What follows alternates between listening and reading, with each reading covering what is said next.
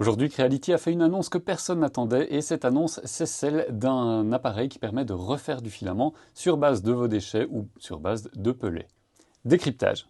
On est nombreux à se plaindre de la quantité de déchets qui est générée par les impressions multicouleurs et justement, ça fait un moment qu'on se dit un de ces quatre, il y aura soit un fabricant de filaments, soit un fabricant de machines qui sortira ce genre d'appareil.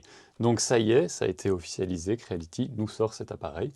Maintenant, on n'en sait pas encore plus sur le prix, ni même la disponibilité, puisque ce sera du Kickstarter, et donc ce sera une prévente avec des prix en early bird, mais on peut espérer avoir quand même quelques machines de test qui seraient dispo avant pour pouvoir l'évaluer et voir un petit peu ce que ça donne. En tout cas, sur papier, la promesse est belle, puisqu'on a deux appareils. On a l'appareil qui permet de faire du filament, et on a un appareil ici, un shredder, qui permet donc de réduire les filaments en poudre pour pouvoir après les intégrer directement dans l'appareil qui permet de faire du filament.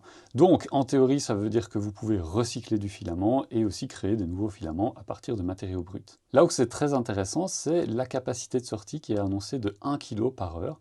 Donc ça veut dire que vous faites fonctionner votre appareil pendant une heure, vous avez une bobine d'1 kg en sortie. Au niveau de la tolérance, on nous annonce 0,05 mm, c'est pas mal, même si c'est pas au niveau des meilleurs filaments, c'est quand même pas mal par rapport à ce qu'on pourrait faire avec d'autres appareils beaucoup plus chers a priori que ce que Creality va nous sortir. On a une grande compatibilité de matériaux, donc le PLA, l'ABS, le PETG, l'ASA, PA, PC, TPU et PET. Donc le TPU par exemple, je suis quand même curieux de savoir ce que ça donne. Au niveau du fonctionnement, on nous annonce quelque chose qui est très simple d'utilisation, donc avec ce système qui coulisse jusqu'au bout, qui permet de couper le bout du filament qui est à jeter, et puis ensuite on a l'enrouleur qui s'occupe d'enrouler le filament. Donc ça aussi, sacrée promesse, et je suis curieux de voir si ça fonctionne bien.